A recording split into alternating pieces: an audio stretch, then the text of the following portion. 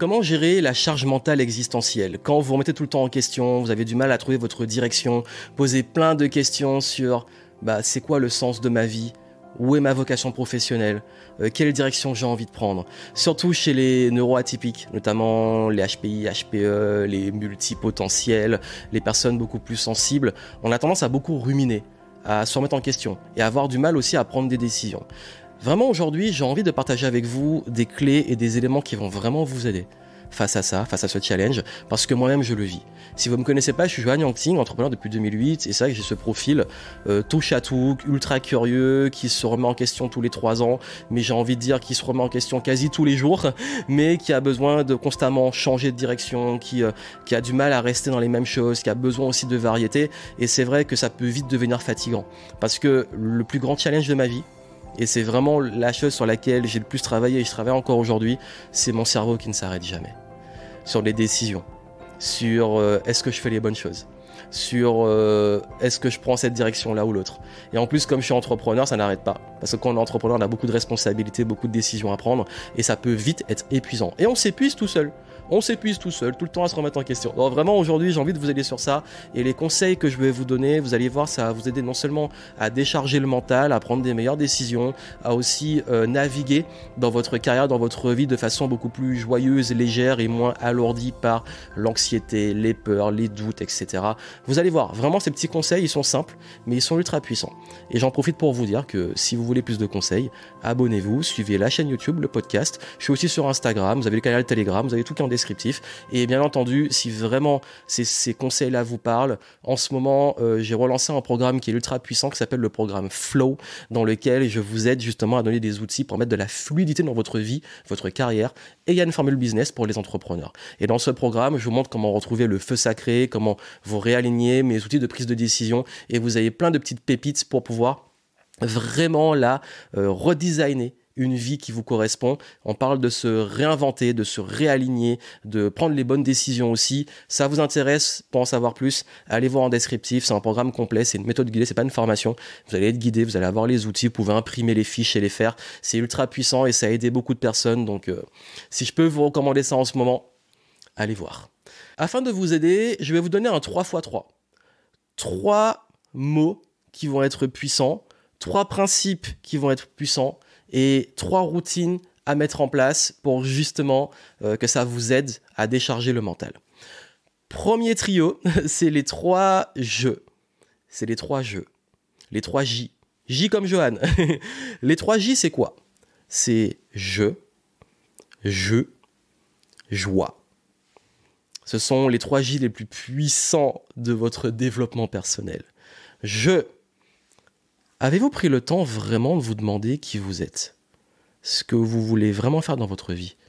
Donc ça demande qui vous voulez être, mais aussi qu'est-ce que vous voulez réaliser, quelle contribution? Avez-vous pris le temps de prendre soin de vous, de vous occuper de vous, de sortir de l'extérieur, de la comparaison, de voir ce qui se fait autour, et de revenir sur vous, sur le soi, sur le jeu? Le jeu est extrêmement important. On est dans une société qui dit « ouais, mais c'est égoïste, faut pas être égoïste, etc. » Jeu, c'est pas être égoïste. D'ailleurs, j'ai presque envie de dire, plus vous prenez soin du jeu, plus vous pouvez servir et aider les autres. Mais là où je vous parle du jeu, c'est aussi de, oui, revenir un peu en soi, revenir à soi. Et aujourd'hui, je sais qu'on est dans une société qui va très vite, où on nous dicte beaucoup de choses et on fait les choses par obligation. Si là, aujourd'hui, vraiment, je peux donner un concept pour sortir du mental, qu'on a du mal à prendre des décisions, juste se recentrer. En spiritualité, on parle de se réancrer, revenir à soi, d'être plus présent, d'être dans le moment présent. C'est exactement ça. Dans la psychologie, on parle d'introspection. On parle d'identité, on parle de self-awareness, donc la connaissance de soi, de ses fonctionnements, ses forces, ses compétences, etc. Ça c'est en psychologie. On parle également, dans plus tous les courants, on va dire un peu plus mainstream du dev perso, que le jeu, c'est s'occuper de soi, prendre du temps pour soi, etc. Tout est connecté. Moi, je n'oppose pas les choses, mais on en revient toujours. Donc, revenir un peu à vous. Ça fait du bien. Même s'il faut prendre un petit recul, revenir à soi. Avec Flow, vous avez pas mal d'introspection pour vous aider sur cette partie-là. Vous avez également ensuite, j'ai dit le jeu. Le jeu. Dans l'écosystème Game Entrepreneur, j'ai créé Game Entrepreneur, c'est voir la vie, le business comme un jeu. En fait, le jeu, c'est comment s'amuser, comment mettre plus de fun dans ce qu'on fait, comment voir non pas les choses comme des contraintes mais comme des challenges, comment voir les difficultés comme peut-être des choses où on peut se dire ok, ça va être un challenge que je vais affronter et qui va me rendre meilleur. Comment aussi, quand je lance un projet, me dire ok, comment j'en fais un jeu, et vraiment c'est ce côté de gamification, gamifier, rendre les choses comme des jeux. Ça c'est un outil puissant de productivité, c'est un outil puissant qui permet aussi de mieux gérer l'anxiété, parce que quand on prend les choses comme un jeu, on commence à les prendre beaucoup plus comme quelque chose qui est moins sérieux. Et pourtant, c'est Einstein qui disait qu'il n'y a rien de plus sérieux que le jeu. Mais le jeu, justement, c'est toute une philosophie. Moi, c'est ce que je fais, c'est que déjà, dans toutes mes journées, il faut qu'il y ait du jeu. Ça peut être du jeu vidéo, ça peut être du jeu aller faire du sport et jouer, ça peut être du jeu de société, ça peut être du jeu avec des amis. Je vais toujours installer un peu du jeu dans mes journées sous une forme différente hors du travail. Mais dans le travail, je vais voir mes tâches en me disant, ok, projet, tâche, productivité, comment j'en fais un jeu ? Et là, on gamifie un petit peu les choses et ça motive, et puis surtout, on se prend moins au sérieux. Quand on est trop dans le « il faut, je dois faire ça », etc., non. Généralement, si quelqu'un vous dit « ok, là, on va jouer », combien de personnes vont dire non ? J'en connais très peu, hein. Même avec les clients dans nos séminaires et tout, dès que je dis aux clients, bon, on va faire un petit jeu, tout le monde est content, tout le monde est chaud. Ou alors il y en a qui disent, ouais, mais non, je sais pas, une fois qu'ils sont dedans, tu vois qu'ils sont joueurs.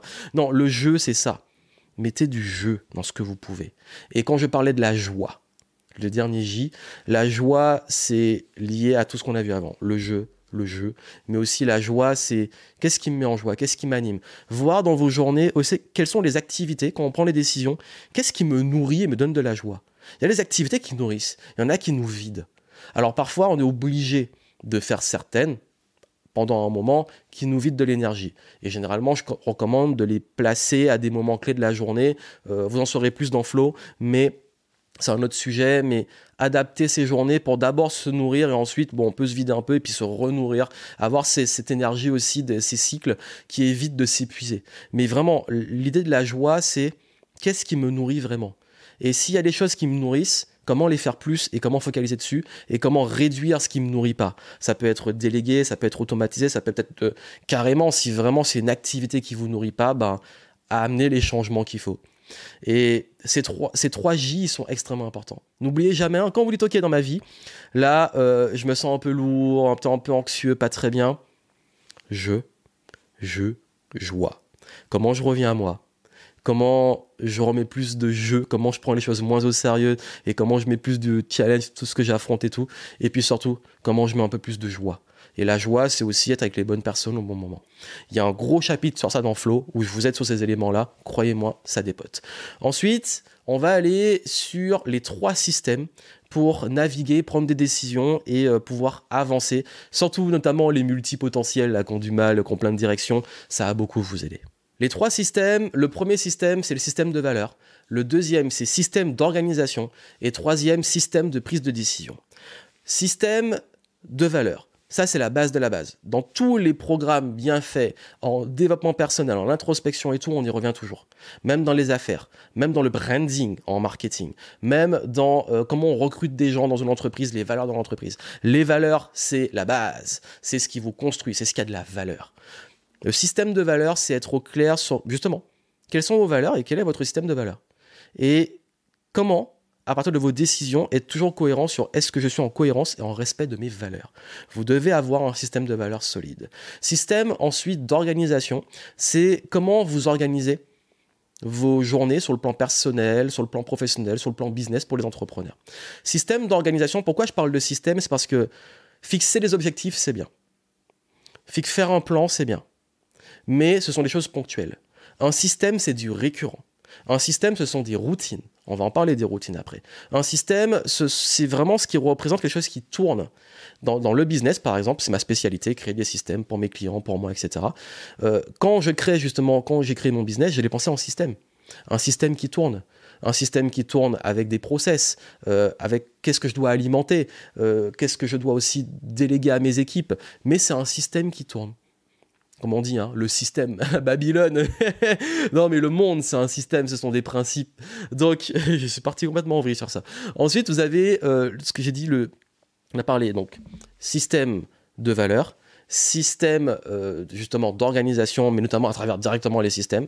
Et enfin, un système qui va faire toute la différence, c'est un système de prise de décision. Et il vous en faut.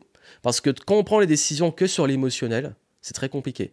Et pour vous dire, moi, j'ai des systèmes pour des systèmes de prise de décision dans le business, mais dans différents niveaux du business, que ce soit dans du recrutement, dans de la stratégie marketing, dans du pivot, dans de la finance, etc. Système pour l'argent, pour l'investissement, comment j'investis, j'ai un système. Comment également je réfléchis, j'ai un système. Comment je résous un problème, j'ai un système. Comment je prends une décision un peu difficile avec des dilemmes, j'ai un système. Et j'ai plusieurs de ces outils qui sont un peu différents. Vous en avez pas mal dans Flow, hein, ça vous intéresse.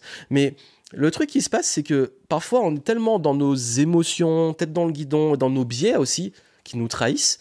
On a nos perceptions qui nous trahissent, que parfois nos décisions ne sont pas lucides. Et il n'y a rien de pire que les décisions non lucides, surtout les décisions émotionnelles un petit peu précipitées. Donc avoir ces systèmes de prise de décision permettent de se déléguer le cerveau sur les systèmes, mais également de prendre du recul. Donc c'est pour ça qu'aujourd'hui, vraiment, vous avez beaucoup de charge mentale, de rumination, du mal à naviguer dans la vie et tout. Créez-vous des systèmes de prise de décision. Donc c'est vraiment ça, ce sont les 3 systèmes. C'est vraiment ce qui fait la différence. C'est système de valeur. Qu'est-ce qui manque? Qu'est-ce qui filtre? Le système de valeur, c'est ça filtre.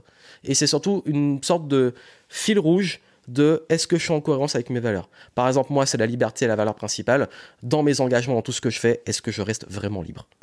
Je vais toujours me poser cette question. Est-ce que ça me garde libre? Ensuite, on a le système d'organisation. Comment on crée justement un système de la récurrence, des process et tout, et des journées types, j'appelle ça souvent les journées idéales, pour s'organiser. Et le système de prise de décision, ok, dans tel domaine, j'ai des décisions à prendre, je sors mes petits frameworks, mes petits systèmes, et je prends ma décision. Alors il y a des fois aussi, ça peut être des systèmes très intuitifs.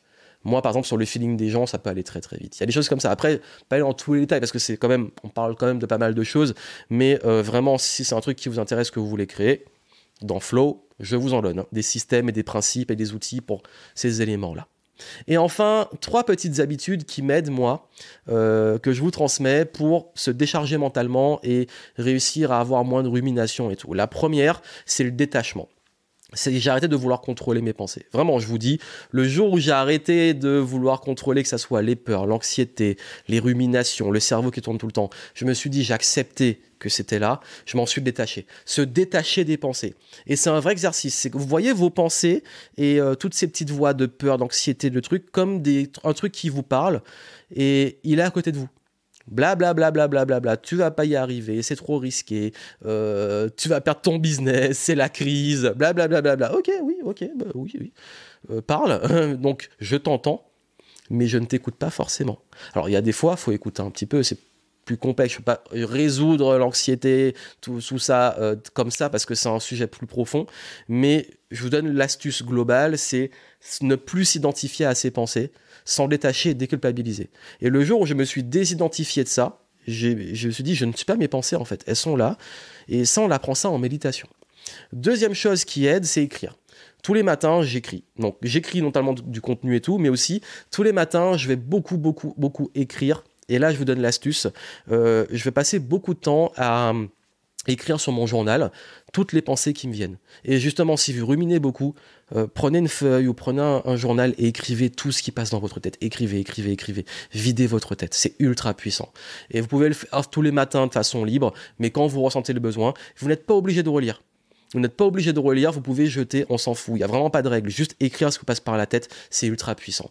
Et la troisième habitude, ça c'est extrêmement important, c'est de toujours s'autoriser des moments de coupure. Se couper des écrans, se couper de beaucoup d'interactions, de sollicitations, se couper d'un environnement. Moi, tous les week-ends, je m'accorde une journée où je vais en nature, où je vais en déplacement, où je vais quelque part pour sortir de mon environnement. Chaque jour, je vais faire une pause vraiment sans écran, sport, en extérieur et tout s'il fait beau.